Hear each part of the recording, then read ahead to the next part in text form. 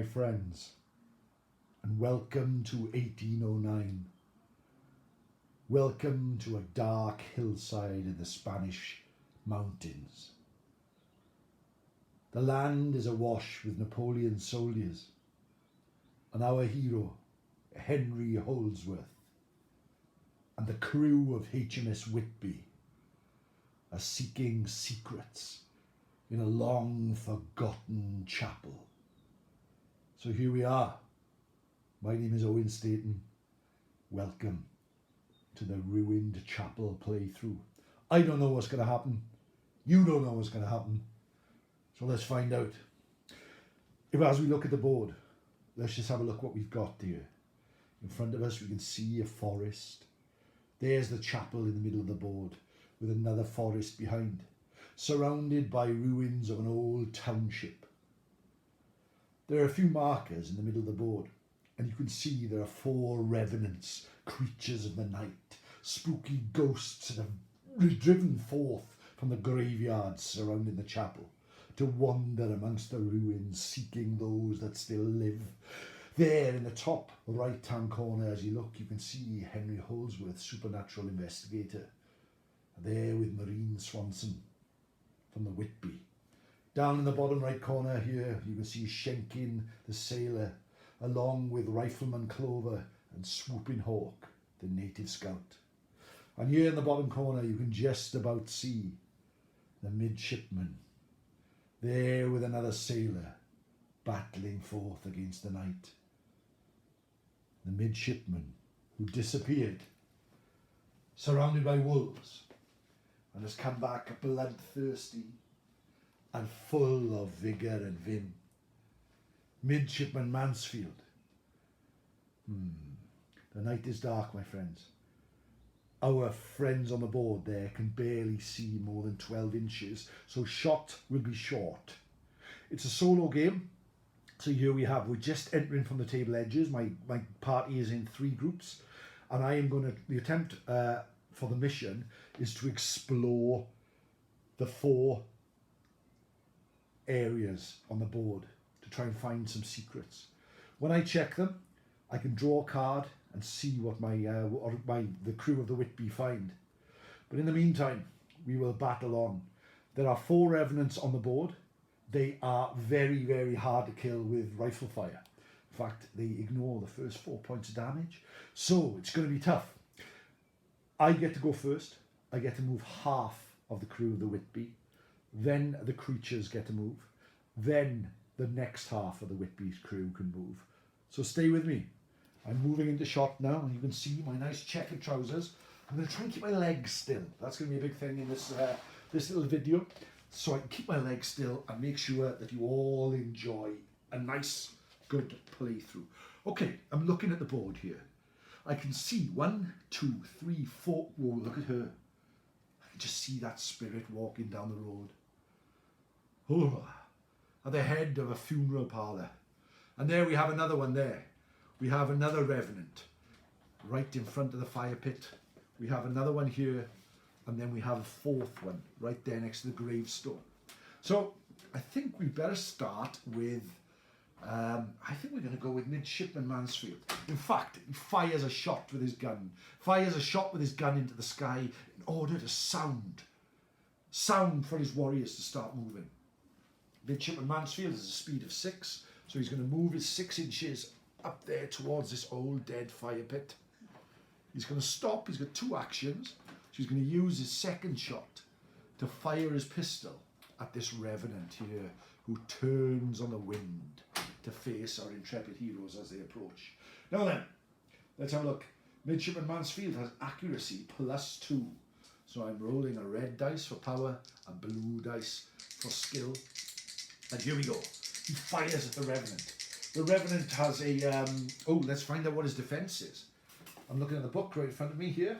Okay, let's have a look. The revenant. I wish I had mentioned the legs now, because I feel that I've got a need to stay still, otherwise it's going to annoy you. Revenant's got defense 12. Okay, Midshipman Mansfield, boom, opens fire. Scores 5. Well short of what is required to hurt the Revenant. His shot fires into the night, lighting up the area for just a short period of time. The smoke drifting there. Okay, but it does give me the chance. There to move Sailor Martin. Now, Sailor Martin has got a move of 6 as well, and he's going to move that to there, and he's going to take an action to explore this old house, this old ruined fire pit here. He needs a target number of 8 to try and find out what is in there. Let's see if he can do it. Scores a 7 and a 3, hitting the Revenant here as well, so it's 10. So he gets to draw a card, which I think is a good thing this early in the game. Let's find out exactly what he's got. Hey, thank you for joining me, guys, as well, and I really appreciate anyone who sits and listens to these tales told on the battlefield. If anyone wants to support me, I have a storytelling channel as well, which you must know about. It's called Time Between Times Storytelling. And Time Between Times Storytelling is all about old myths and legends. So please explore that. And if you're feeling really generous, how about buying me a coffee on ko-fi.com/Owen Staton. Be really appreciated and allow me to get some more nice scenery and things as well. Okay, we've got 5 cards.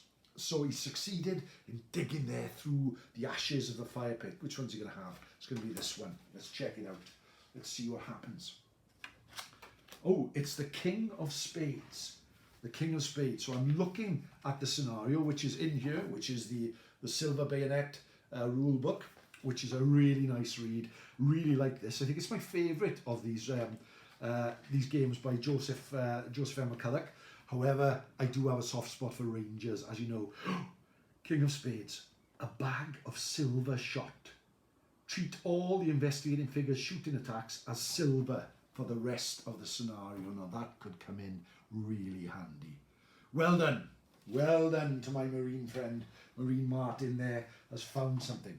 Okay, 2 of our men have moved in here in the darkness in the Spanish hills. Now I've got a total of 8, I believe. 1, 2, 3, 4, 5, no 7. So I can move 4. Right, what are we going to do? Those 2 have both moved.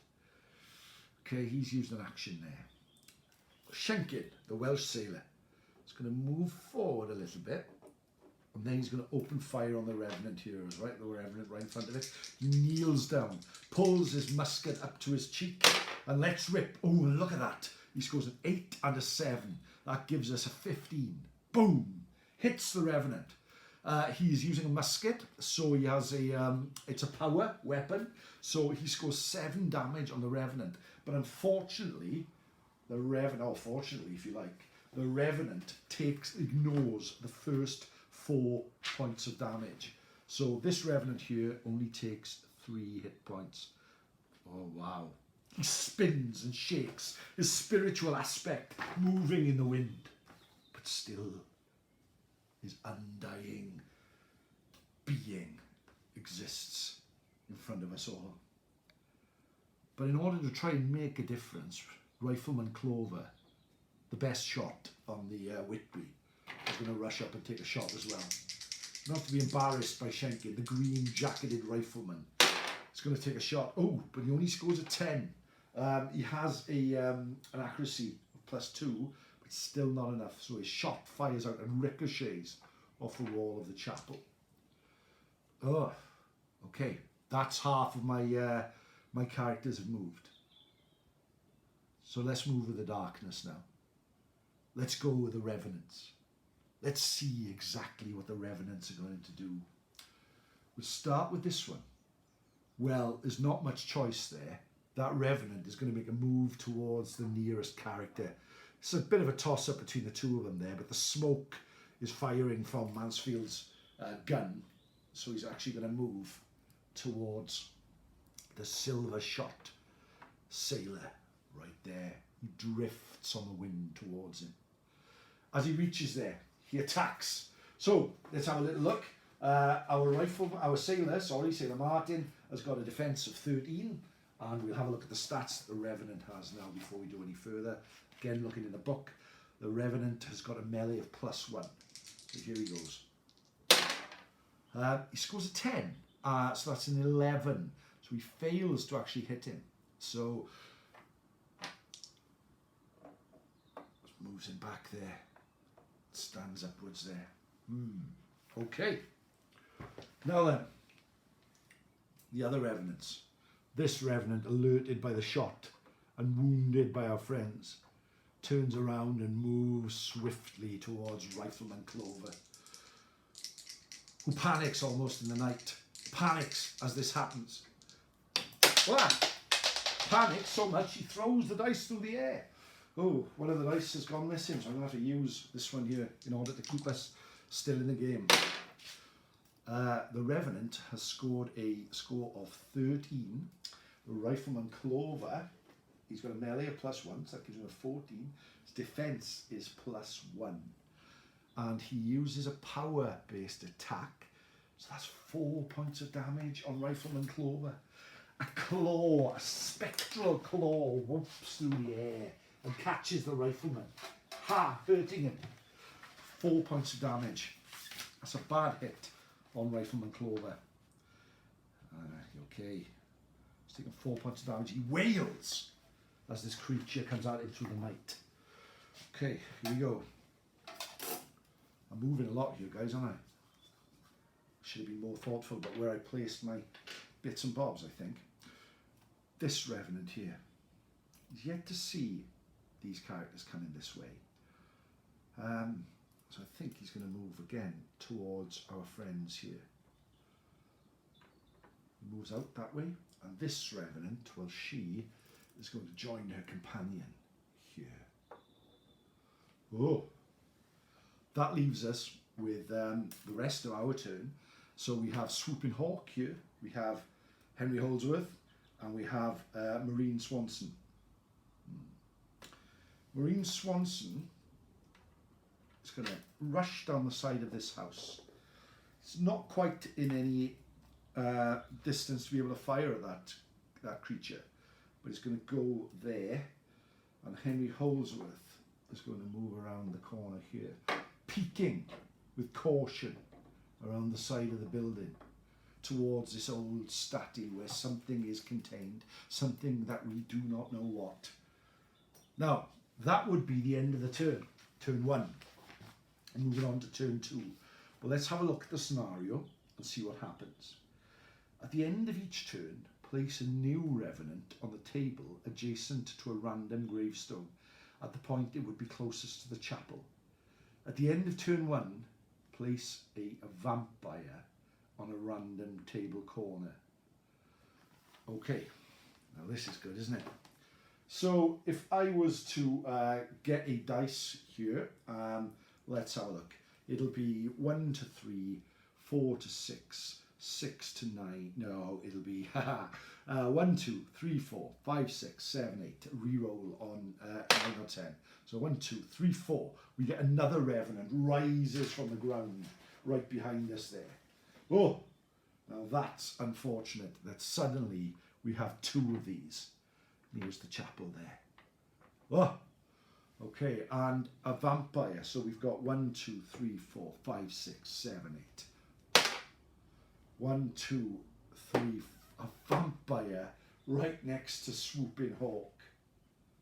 Wow. From out of this ruined building around the corner, I don't know if you can see her here, just in the mist, the red cape, yes you can, the red caped bloodsucker emerges in front of our heroic scout. It's turn 2, my friends. Already things are looking grim for the crew of the Whitby, but we get to move half of our crew before we start. So who's going to move this turn? We are in combat. We have 3 Revenants in this area here. That's pretty grim, isn't it? And a vampire. Now, Henry Holdsworth knows this, having studied these blood-sucking fiends through many hours lost in countless libraries, through ancient tomes. And he knows that they can only be damaged by silver shot. And we only have 1 lot of silver shot, and that's over here. So, unfortunately, there is no one in that area who can damage that vampire. It's going to make things difficult for us, isn't it? Right, let's move that. Okay, first thing we're going to do, Holdsworth. moves to the area here, and he's going to explore that on a target number of 8. That old standing stone there. Look at that, a 10 and a 9, 19. Straight away, he digs down and finds something. Let's have a look at the cards. Here are the cards. He's going to have this one. Okay, what have you got, Henry Holdsworth? The Jack of Spades. Let's have a look what he found. The Jack of Spades. A small icon. Add 1 power dice to your fate pool. Now that could come in handy for us, my friends. Another power dice. So I've got 1 spare skill power dice, and I've got a power dice as well. But now I can add another power dice into my my pool. Just remind me, okay? You guys just remind me until I find my dice bag around here, because I've lost the dice now, haven't I, as well? But that, good exploring. We've explored 2 of the areas out of 4. Okay. Okay, Swooping Hawk. Oh, there's a bit of trouble there, isn't there, really? Midshipman Mansfield reloads and fires his pistol point blank at the Revenant in front of him, trying to clear the area. Make sure that the Revenant doesn't get that close to him. Again. Oh, it's only a 6 plus 2 is 8. He just fires into the night. He's got 2 pistols, and because he hasn't moved, he can fire the second one. This time with more success. That scores a 13 plus 2, 15. What's the Revenant's defense? Let's check it out. Have a look. I think it was 13, was it? Or was it actually 15? Let's have a look. You're probably screaming that out. No, it's actually only 12. So he has scored a 6 and a 7. So, yep, he certainly hits the Revenant for a power of 6 minus 4. Hits the Revenant for 2 points of damage. Really wings him. Really wings him. Okay. 2 points damage. So I've got 1. I've got 2. Now let's try and take this one down, shall we? Let's try and take this one down. They both fired. I didn't put any smoke next to them, I forgot. So they're both going to reload, and they're both going to fire at the Revenant in front there. Starting with Schenkin, the sailor. Oh my gosh. Double 1. Double 1. I believe his gun has jammed. I think the gun has jammed. This happened before when I played Sid, one of the games that I've done as a battle report. Now, he picks up the gun to his shoulder, opens fire, and just a click is what it hits it. Oh gosh, nothing. Critical failure. On the flip side, rolled a 1. Suffered a critical failure. First result of this, that no dice in the fate pool may be used to modify the roll. We only to manage to lose a weapon. No other weapon. Yeah. The shooting attack, something's gone wrong with the weapon, is jammed and broken. Schenkin's gun is now useless. And Clover, you've got some work to do. 9, 10, plus 2 is 12. Yes, he's done it. He's hit him. And he's hit him for 9. Point blank range. Bang! Minus 4. That's 5 hit points of damage on that Revenant there in front of us. It's a good shot, Clover. A real good shot. Okay. The Revenant, well, doesn't even stagger back. He just sort of steps back in the gloom and sees what happens. Right, okay, how many hit points have they got, these Revenants? Let's check out what we've got here. Oh, health 10. So they're still okay. They're still sort of there and battling on, but that's all my guys have moved. So, over here, this Revenant is going to step in again and fight against Sailor Martin there. 7, 8, 9. It's not enough to hit him, not enough to wound him. He swoops through the air, a clawed hand raking at his face, but still causes no damage. This one moves around the corner there. She just appears, turning round in the dead of the night. And then we've got over here, things are far more frantic.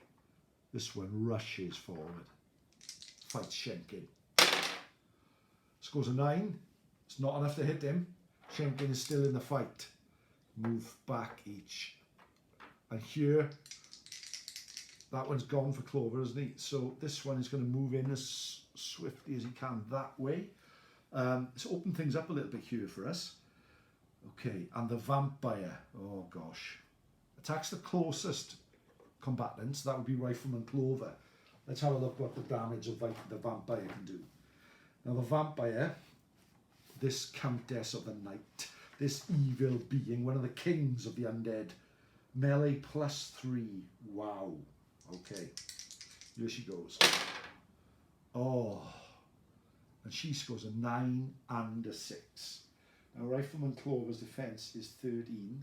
She's got +3, so that's 15. That's 18 she scores. Okay. Gosh, okay, it's a power roll, so she hits him for 9 points of damage. He's already wounded, so he goes down under a heavy blow. Rifleman Clover has hit the ground. That's grim. That's very, very grim, my friends. Okay, you can see this is going to be a rush, isn't it? It's going to be a test against time, really. Henry Holdsworth, you've got some work to do, my friend. Run. Rolls to see how far he runs. It's +2, so he moves 8 inches. He runs behind the chapel, rushing along the muddy floor, supporting himself against the wet, damp, old stone of this ancient building. He rummages his way down that way. And Marine Swanson is going to move as quickly as he can, skulking around the corner here until he gets and sees what's happening. It's the end of the turn, so 1, 2, 3, 4, 5, 6, 7, 8. 7, 8. Another revenant appears down here. Well, near this stone here. Wow. Gosh. Okay. There is a swarm of undead creatures emerging from this grave, and we are stuck in the middle of it. And now it's turn 3. It's a hard game, my friends. A hard scenario, isn't it? But we're still in the fight, most of us. Right, what am I going to do? It's my turn. Marine Swanson goes there and checks the gravestone. Succeeds as well. So we've got 3 cards left. We'll go with that one. 10 of spades he finds. 10 of spades, that is going to be... Oh, okay. 10 of spades for Marine Swanson on this night of all nights. 10 of spades. Oh, a jewel-encrusted silver cross. The investigating figure may pick up the cross without spending an action. If this figure is reduced to 0 health, it drops the cross where it falls. Mark this spot on the table. Any other unit member may pick the cross up, simply by making a move action adjacent to it. When carrying the cross, all of the figure's attacks count as blessed. The symbol is that of a holy symbol. What a bit of luck for us that is. Whew. Holdsworth rushes out to here and attempts to explore that place there, and he does so. There's only there's only 2 cards left, so we're going to go with that one, the Ace of Spades. Ace of Spades, strange candelabra. Well, who would have thought? The investigating figure may pick up the candelabra without spending an action. If this figure is reduced to 0 hit points, it drops the candelabra where it falls. Mark the spot on the table. Any other unit member may pick the candelabra up simply by making a move action adjacent to it. While carrying the candelabra, all the figure's attacks count as blessed. Now, what does blessed do? Let's check out. I've got a feeling it will enable me to hurt the vampire if I have to. Blessed attributes, damage, instructions, miracles, monster expert, spell, supernatural veteran. We'll have a look at that later on. Okay, that's 2. Now then, Midshipman Mansfield fears nothing. That wild look appears in his eyes again, and he rolls a 9, failing to damage the spectre in front of him. And we have our sailor friend there. He's going to open fire. Oh, 16, yes. Does some damage on the the Revenant there, but only 2 points of damage, knocking him back. But no more than that. Let's put some smoke there for him. Okay, it's the creatures, the monster's turn. Right, 2 Revenants here. This one wades over there and attacks Mansfield. Scores a 10. It's not enough to damage him.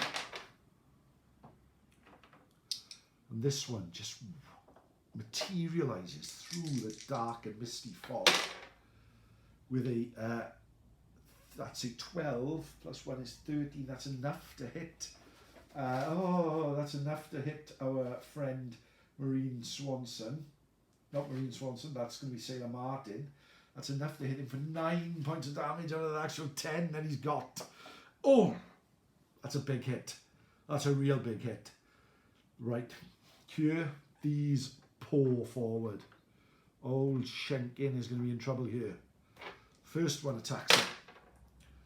Yes, damages him for 7 points of damage. Staggers back. Second one attacks him.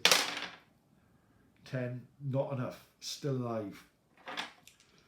Third one is going to make its way down this way. Fourth one is going to turn around and attack Swanson. Seen him there. Not enough to damage him. Ooh. And now the vampire.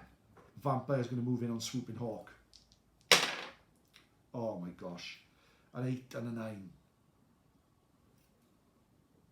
Swooping Hawk. It's the deck. He started the game on -2 hit points. Okay. Right. The rest of my warriors. Well, I think it's going to be a short game, my friends. I think discretion is the better part of valor here. I think we found what we needed to come here for. We've searched all 4 of the items. We are hopelessly surrounded and attacked by these creatures, and 2 of our members are down. So I think, the discretion being the better part of valor, we're going to go with Holdsworth leaving the field on that side there. We're going to go with, they've gone there, haven't they? I'm going to go with Swanson leaving here. We'll put him there because he's left.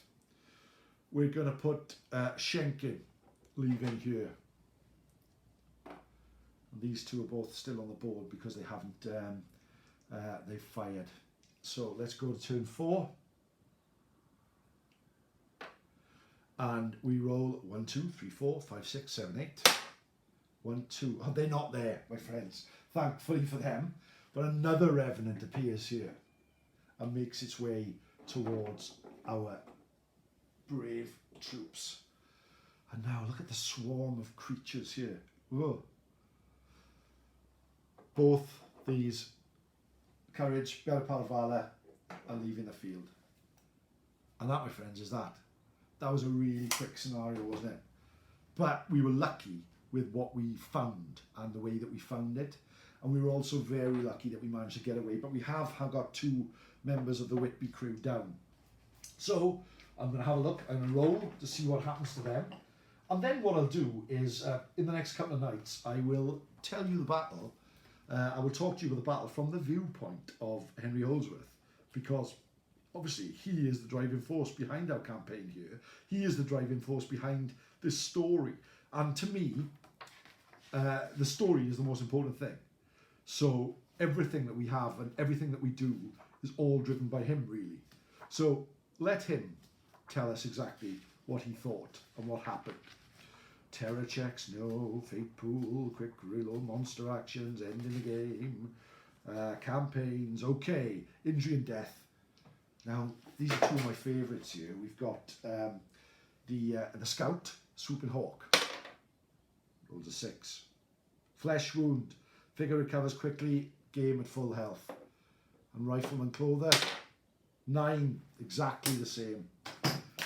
Our foray towards the ruined chapel was short and eventful. It is absolutely swarming with undead wherever we look. A darkness falls like a shroud across the land here. And we've got a lot to do. The crew of the Whitby have got a lot of exploring to do. And they will do that. But until that next time, diolch yn fawr. Thank you for joining me, my friends. Please like and subscribe the channel. Please check out the storytelling channel. Please follow me on Twitter at Owen S. Griffiths. If you've got any ideas, write to me at owenstaton@aol.com. And if you want to buy me a coffee, ko-fi.com/Owen Staton. I hope you're enjoying this series. Really enjoy having you along for the ride with the crew of the Whitby. Great game, silver bayonet, no star. Take care, my friends. I hope I didn't move my leg too much. Marcel will complain.